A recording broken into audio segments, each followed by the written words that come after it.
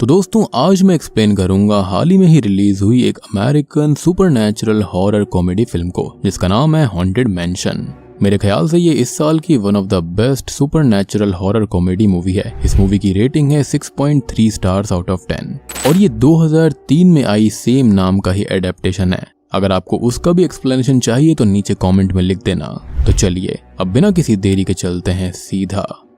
Video की तरफ।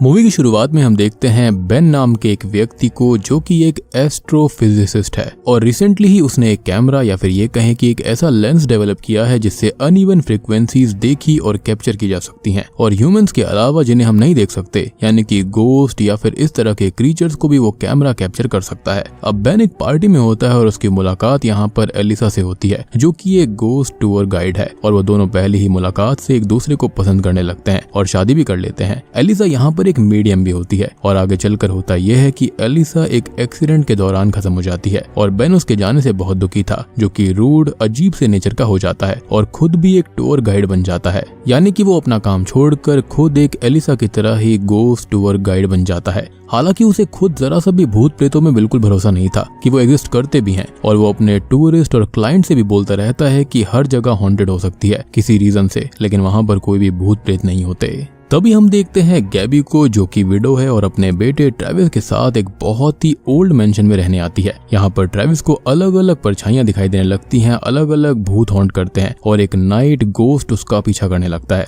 जिससे कि वो डर कर मेंशन से भाग जाते हैं। लेकिन उनकी कार के अंदर हम एक भूत को उनके साथ जाता हुआ देख पाते हैं और इस मेंशन से एक गोस्ट हंसते हुए ये बोलता है कि उन्हें वापस आना ही होगा और वो जल्दी वापस आ जाएंगे। तभी हम बेन को देख पाते हैं जो कि अपने घर पर था। तभी उससे मिलने फादर केंट आते हैं और वो उनके लिए डोर ओपन नहीं करता तो वो खुद ही अंदर आ जाते हैं ताला तोड़कर और अब वो उन्हें भगाने लगता है और वो उससे कहते हैं कि उन्हें उसकी जरूरत है। एक मेंशन के अंदर एक लेडी और एक बच्चा फंसे हुए हैं जहाँ पर वो मेंशन हॉन्टेड है और क्या बेन वहाँ पर जाकर उनकी हेल्प कर सकता है क्योंकि उसके पास तो एक ऐसा कैमरा भी है जिससे कि वो गोस्ट को कैप्चर कर सकता है। लेकिन बेन इसके लिए सीधा मना कर देता है और वो भूतों में खुद भी नहीं मानता। लेकिन केंट उसे कहता है कि वो फैमिली उसे विजिट करने पर अच्छे पैसे दे रही है और पैसों का सुनकर वो मान जाता है क्योंकि उसे उसकी काफी जरूरत थी। तभी केंट वहां से चला जाता है और बेन अपना कैमरा तैयार करता है और यहाँ पर उसे अपनी और एलिसा की पिक्चर भी मिलती है जिसे उसने सबसे पहले कैमरा के बनने के बारे में बताया था और वो थोड़ा इमोशनल हो जाता है। खैर वो मेंशन में पहुंच जाता है और वहां पर वो मिलता है गैबी और ट्रेविस से जो कि असल में उस दिन भाग तो गए थे लेकिन वापस खिंचकर यहीं चले आए और कैसे इसके बारे में मैं आपको थोड़ी देर में समझाऊंगा। गैबी अब उसे डोर पर ही रोक देती है और कहती है कि अगर वो चाहे तो अभी भी जा सकता है क्योंकि एक बार इस मेंशन के अंदर आने पर फिर वो यहाँ से नहीं जा पाएगा। लेकिन यहाँ पर वो इसका पूरा मतलब नहीं समझ पाता। ये बात उसे काफी अजीब भी लगती है और वो तो पैसों के लिए यहाँ पर आया था तो अंदर आ जाता है और यहाँ पर गैबी उसे नॉर्मल से काफी ज्यादा पैसे देती है। ऑब्वियस सी बात है लालच में वो अंदर चला जाता है। खैर अब वो लोग यहाँ पर बात करने लगते हैं। गैबी अपने बारे में बताती है और यहाँ के भूतों के बारे में भी मेंशन करती है कि यहाँ पर ढेर सारे अलग अलग भूत हैं जो कि उन्हें पैरानॉर्मल एक्टिविटीज करके परेशान भी करते हैं और वो घर के बीच में टेंट लगा कर रह रहे हैं क्योंकि वहाँ पर वो थोड़ा सा सेफ फील करते हैं। अब बेन को गोस्ट पर यकीन तो नहीं होता तो उसे गैबी की बातों पर जरा सा भी विश्वास नहीं था और वो अपना कैमरा चार्ज करना भी भूल गया था। तो यहाँ पर वो खाली नाटक करने आया था तो वो झूठी पिक्चर्स लेने की एक्टिंग करता है और यहाँ पर वो नाइट गोस्ट उसके पास भी आता है लेकिन अभी कोई मूवमेंट नहीं करता जिससे कि वो क्लियर हो जाता है कि यहाँ पर कोई भी भूत प्रेत नहीं है। वो गैबी से भी कहता है कि यहाँ पर कुछ भी नहीं है और वो ऐसे ही डर रही है और अपने घर चला जाता है। लेकिन शुरुआत में जैसे ही हमने गैबी को इस मेंशन को छोड़ते हुए जाते हुए देखा था तो यहाँ पर भूत ने ये कहा था कि उसे वापस आना होगा तो हम जानते हैं कि यहाँ पर बेन को भी वापस आना होगा। खैर अब घर पर उसे एक गोस्ट हॉन्ट करने लगता है और वो अपने कैमरा को चार्ज करके उससे पिक्चर क्लिक करता है तो इस बार उस गोस्ट की शैडो कैप्चर हो जाती है और ये एक मेराइन गोस्ट होता है जिसकी पेंटिंग बेन ने मेंशन के अंदर देखी थी। वो भूत उसे दिन रात हॉन्ट करता है और एक दिन बेन जागता है और पाता है कि उसका रूम सी के बीच में है और अगले ही सीन में उसके घर के अंदर ढेर सारा पानी भर जाता है। वो भूत उसे वापस उसी मेंशन में जाने को बोलता रहता है और अब वो वापस मेंशन आ जाता है जिसका वेट गैबी और ट्रेविस पहले से ही कर रहे थे क्योंकि वो जानते थे कि वो वापस आ ही जाएगा क्योंकि अब वो यहाँ पर मेंशन का हो चुका है जिसे भूत कहीं पर भी जाना नहीं देंगे। और हम समझ पाते हैं कि खुद गैबी और ट्रेविस यहाँ पर कैसे फंसे और बाकी लोग कैसे फंसे। इनफैक्ट फादर केंट जो कि एक एग्जॉर्सिस्ट है जिसे गैबी ने सबसे पहले यहाँ पर बुलवाया था वो भी यहीं पर फंसकर रह गया था। बेन उनके ऊपर गुस्सा करता है कि उन्होंने उसे सच नहीं बताया और वो उसे काम डाउन करते हैं और बेन उस गोस्ट की फोटो दिखाता है। इस पर केंट कहता है कि अब उनको पता है कि वो वाकई में गोस्ट है तो वो उससे लड़ सकते हैं, लेकिन बेन कहता है कि उन्हें उन्हें इस मेंशन से भागने का कोई तरीका ढूंढना चाहिए। वो सभी लोग मजबूर थे यहीं पर रहने के लिए और एक बुचर गोस्ट बेन को हॉन्ट करता है जिसे बाकी लोग संभालते हैं। यहाँ का सारा माहौल अपने आप ही बदल जा रहा था। अगले दिन वो सभी लोग डिस्कशन करते हैं कि उन्हें यहाँ से निकलना है, सब कुछ रोकना है। तो उन्हें और लोग चाहिए होंगे, पहला कोई हिस्टोरियन जिसे इस मेंशन की हिस्ट्री के बारे में पता होगा और दूसरा कोई मीडियम जो कि यहाँ के भूत प्रेतों से कांटेक्ट करके उनसे बात करे और जान पाए कि आखिर वो चाहते क्या हैं। क्योंकि सबसे बड़ा राज यही था कि वो लोग यहाँ पर वापस क्यों आ जाते थे, यानी कि गोस्ट उन्हें हॉन्ट क्यों किया करते थे once they leave the mansion. खैर बेन घर के अंदर और बहुत सारे कैमरास लगा देता है जिसके अंदर मिडनाइट के अंदर भूत प्रेत यहाँ वहाँ घूमते हुए कैप्चर होते हैं, जिन्हें देखकर ट्रेविस बोलता है कि शायद वो किसी से डरकर यहाँ वहाँ पर भाग रहे हैं। साथ ही साथ बेन भी ये समझ जाता है कि गोस्ट उन्हें हॉन्ट नहीं करना चाहते बल्कि उन्हें इस मेंशन में रोकना चाहते हैं। अब आगे के कुछ सीन्स के अंदर बेन और केंट बाहर जाते हैं और एक हिस्टोरियन ब्रूस से मिलते हैं जिसे उस मेंशन के बारे में काफी कुछ पता था और वो बताता है कि 1788 में ये मेंशन डिस्कवर हुआ था जिसके प्रीवियस ओनर विलियम ग्रेसी थे, जिसकी वाइफ एलेनोर ग्रेसी की एक बीमारी से जान चली जाती है और तब से ही उस मेंशन के अंदर अजीब चीजें होना शुरू हो गई। अब ब्रूस के पास उस मेंशन का ब्लूप्रिंट तो था ही, तो बेन और केंट उससे वो छीन कर भाग जाते हैं। एज ब्रूस की उम्र काफी ज्यादा थी और उसे हार्ट अटैक कभी भी आ सकता था क्योंकि उसकी ओपन हार्ट सर्जरी अगले ही हफ्ते होने वाली थी और वो वहां पर फंस जाए ये बिल्कुल भी अच्छा नहीं होता। खैर अब ब्लूप्रिंट उनके हाथ में था, थोड़ी बहुत जानकारी भी हाथ में थी और मीडियम हैरियट भी यहाँ पर आकर फंस जाती है। अब वो लोग ये फिगर आउट करते हैं कि यहाँ पर जब एलेनोर की जान गई थी फिर यहाँ पर कुछ मीडियम्स आए थे और सब लोग बड़ी बेरहमी से मारे गए। कुछ नॉर्मल लोग भी यहाँ पर आकर फंसे और मारे गए। कभी 2 ट्विंस भाइयों ने एक दूसरे को गोली मार दी थी तो कभी एक वाइफ ने अपने 5 हस्बैंड्स के गले काट दिए और खुद भी मारी गई। खैर तभी उनको एक लेटर मिलता है जो कि विलियम ने उस वक्त की लेजेंडरी मीडियम मैडम लियोटा को लिखा था कि वो सियोन्स रूम में आए और ये लोग ढूंढते हैं तो उनको सियोन्स रूम भी मिल जाता है जो कि असल में सीक्रेट रूम था। अब वो सभी वहां पर जाते हैं और हैरियट विलियम ग्रेसी की स्पिरिट से कांटेक्ट करने लगती है और विलियम ग्रेसी की स्पिरिट वहां आ भी जाती है और एक पेपर पर ये लिखकर वापस चली जाती है कि उन्हें मैडम लियोटा की स्पिरिट से बात करनी चाहिए। अब हैरियट यहाँ पर मैडम लियोटा की स्पिरिट से कांटेक्ट करने लगती है लेकिन तभी कोई पावरफुल इविल एंटिटी वहां पर आकर सेशन डिस्टर्ब करने लगती है और हैरियट को बाहर फेंक देती है। साथ ही साथ यहाँ पर ब्रूस भी आ गया था तो उसको भी यहाँ पर हॉन्टिंग्स का सामना करना पड़ता है और ये जो सीन होता है ना वो काफी फनी वे में होता है तो काफी इंटरेस्टिंग लगता है देखने में। खैर वो सभी लोग खुद को संभालते हैं और बेन हैरियट से एलिसा से कांटेक्ट करने की बात कहता है, यानी कि उसकी स्पिरिट से, और इमोशनल हो जाता है जिस पर वो कहती है कि वो एलिसा से बात नहीं कर सकते क्योंकि वो यहाँ पर नहीं है और वो समझाती भी है कि हमारी दुनिया और स्पिरिट्स की दुनिया जिसे बियॉन्ड कहा जाता है दोनों के बीच एक रास्ते हैं जो कि कॉमन स्पेस की तरह है और जो स्पिरिट्स वहां पर फंसती हैं वो हमको दिखती हैं, कांटेक्ट करती हैं या फिर हॉन्ट भी करती हैं, लेकिन जो स्पिरिट्स बियॉन्ड में जा चुकी हैं मींस वो पीस तक पहुंच चुकी हैं। और तभी वो अपने फादर के बारे में एक हादसा भी शेयर करती है जो कि अब पीस में है और वो उन्हें अक्सर फील किया करती थी।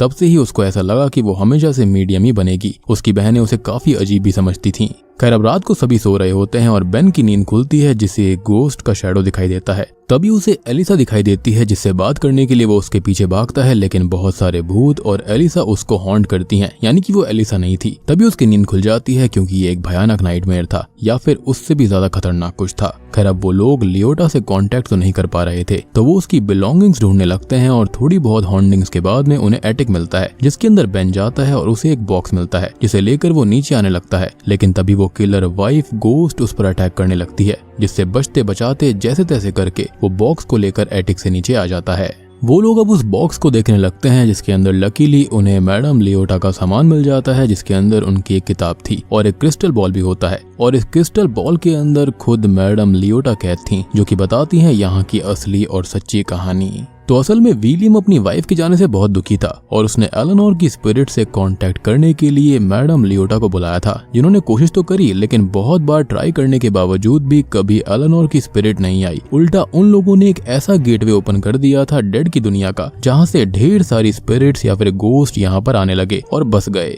अब मैडम लियोटा ने यहाँ पर विलियम को मना किया कि वो रहने दे और एलेनोर से कांटेक्ट नहीं हो सकता, लेकिन वो नहीं माना और कोशिश करता रहा जिस वजह से एक इविल स्पिरिट एलेनोर के रूप में उसके पास आई और उसको खत्म कर दिया। लियोटा ने उस स्पिरिट के बारे में पता किया तो वो यहाँ पर रहने वाली एक ऐसी इविल स्पिरिट है जो कि यहाँ के लोगों को खत्म करके उनकी स्पिरिट्स को कैद कर लेती है और वो ग्रीफ यानी दुख पर फीड करती है जिसने विलियम के दुख पर फीड किया और फिर उसे खत्म कर दिया। अब मैडम लियोटा आगे बताती हैं कि वो उस ईविल को देख पाए उससे पहले ही उसने उसको खत्म कर दिया और इस क्रिस्टल बॉल में कैद कर दिया, यानी कि उनकी स्पिरिट को। और वो आगे बताती हैं कि वो कोई ईविल रिचुअल करना चाहता है जिसके अंदर 1000 सोल्स उसको लगेंगी और वो अभी तक 933 को कैद कर चुका था और आने वाली फुल मून नाइट पर वो अपना अगला शिकार हंट करेगा और फिर हमेशा के लिए इस मेंशन से आजाद हो जाएगा, यानी कि बाहरी दुनिया पर तबाही लाएगा। अब लियोटा वहां से जाने लगती है और बेन को सलाह देती है कि वो स्ट्रांग रहे क्योंकि उसके ग्रीफ को वो सेंस कर पा रही है और वो ईविल ग्रीफ पर ही फीड करता है। अब उनके जाने के बाद में वो लोग बात करते हैं कि अभी 933 ही स्पिरिट्स हुई हैं, लेकिन ब्रूस कहता है कि वो अपने मरने तक का नंबर बता रही थी, तो उन्हें उसके बाद का यहाँ पर कुछ भी पता नहीं होगा, यानी कि यहाँ पर मरने वाले टोटल स्पिरिट्स 999 हो चुकी हैं।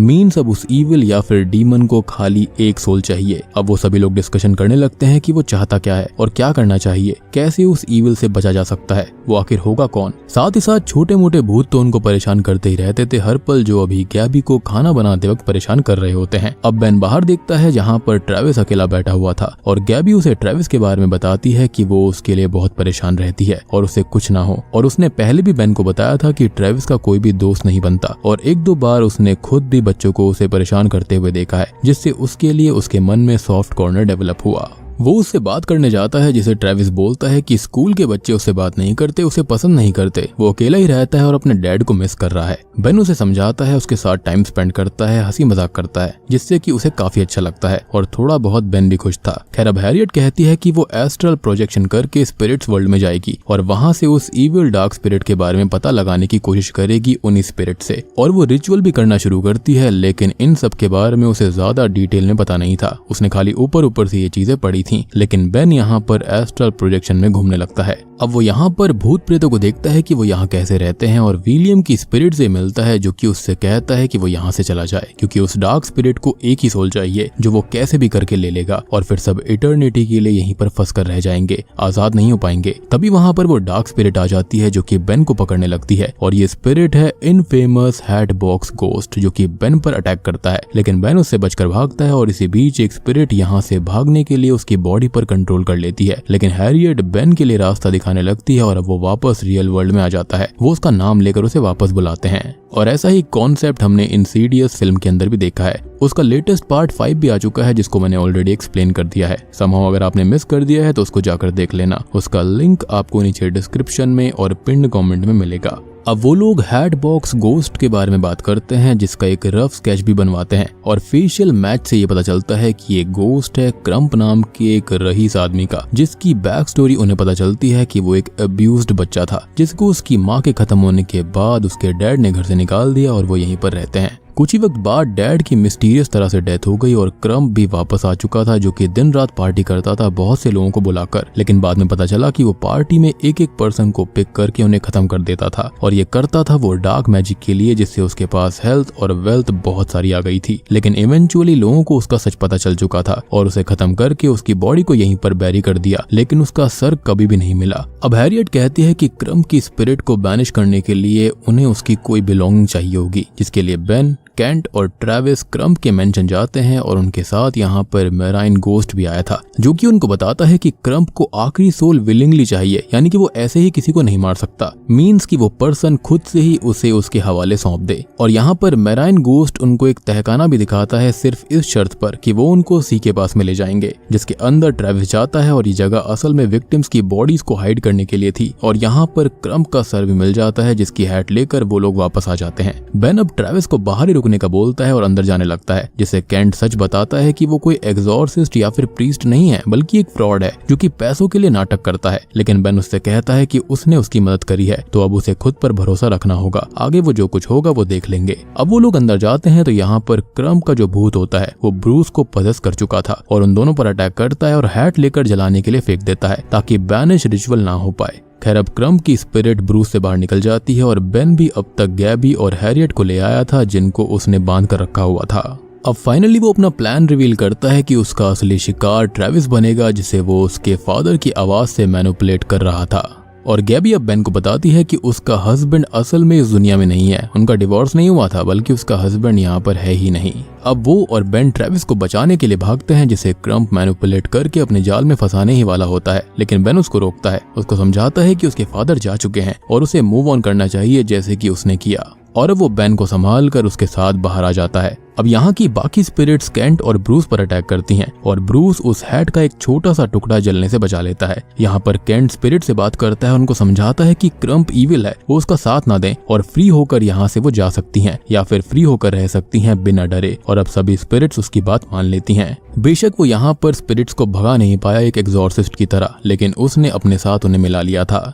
अब बेन, ट्रेविस और गैबी ग्रेव वर्ल्ड में पहुंच जाते हैं, जहां पर क्रम्प बेन को मैनिपुलेट करने लगता है कि वो यहाँ से उसके साथ चले तो अपनी वाइफ के साथ रह सकता है, उससे कह सकता है कि वो उसे कितना प्यार करता था। अब तक वहां पर अच्छी वाली स्पिरिट्स भी आ जाती हैं और क्रिस्टल बॉल से बाहर आई हुई मैडम लियोटा भी आ जाती हैं और अब वो हैरियट से बैनिश रिचुअल कराती हैं, जिससे क्रम्प हेल में बैनिश होने लगता है और बेन से बार बार उसके साथ चलने को बोलता रहता है। लेकिन फाइनली बेन अपने ग्रीफ से बाहर आ चुका था और वो उसे किक करके हेल में फेंक देता है और यहाँ पर जो डीमंस थे उनसे यहाँ पर लड़ती हैं यहीं पर कैद हुई सारी की सारी स्पिरिट्स, जो कि यहाँ पर केंट की बात मान रही थीं। अब कुछ स्पिरिट्स चली जाती हैं और कुछ अच्छी स्पिरिट्स हमेशा के लिए यहीं पर रुकने का फैसला करती हैं और हंसी खुशी के साथ गैबी और ट्रेविस के साथ रह लेती हैं। मूवी के एंडिंग सीन में हम केंट को देखते हैं, जो कि अब असली प्रीस्ट बनने के लिए चल देता है। हैरियट के पास अब और कैपेबिलिटीज और कॉन्फिडेंस आ जाता है। ब्रूस को नए दोस्त मिल गए थे, जिससे वो बहुत ही खुश रहता है। गैबी और ट्रेविस घर में अच्छे से रहते हैं हंसी खुशी के साथ और ट्रेविस अब स्कूल में भी अच्छा परफॉर्म कर रहा था। वहीं पर बेन एक चीज नोटिस करता है कि उसके घर के आगे हमेशा एक बिल्ली रहा करती थी, जो कि कुछ और नहीं बल्कि उसकी वाइफ एलिसा की ही स्पिरिट के रूप में कोई एनिमल का जन्म हुआ था। और इस बिल्ली को देखकर बेन ये समझ जाता है कि ये कोई और नहीं बल्कि उसकी ही वाइफ एलिसा है, जिसने की कैट के रूप में जन्म लिया है। बेन इसके बाद में काफी खुश रहने लगता है और अपनी नॉर्मल लाइफ में वापस आ जाता है और अपनी वाइफ के गम को कम कर चुका है और उसके बिहाफ पर एक पेट को अडॉप्ट करता है, जो कि कुछ और नहीं बल्कि वही बिल्ली है। खैर अब एंडिंग सीन में हम देख पाते हैं कि बेन और गैबी उसी मेंशन के अंदर होते हैं और उन दोनों के मन में एक दूसरे के लिए फीलिंग्स भी थी। यहाँ पर सभी लोग आए हुए थे हैलोवीन को सेलिब्रेट करने के लिए और यहाँ पर गोस्ट के साथ में वो अच्छे से हैलोवीन को सेलिब्रेट करते हैं और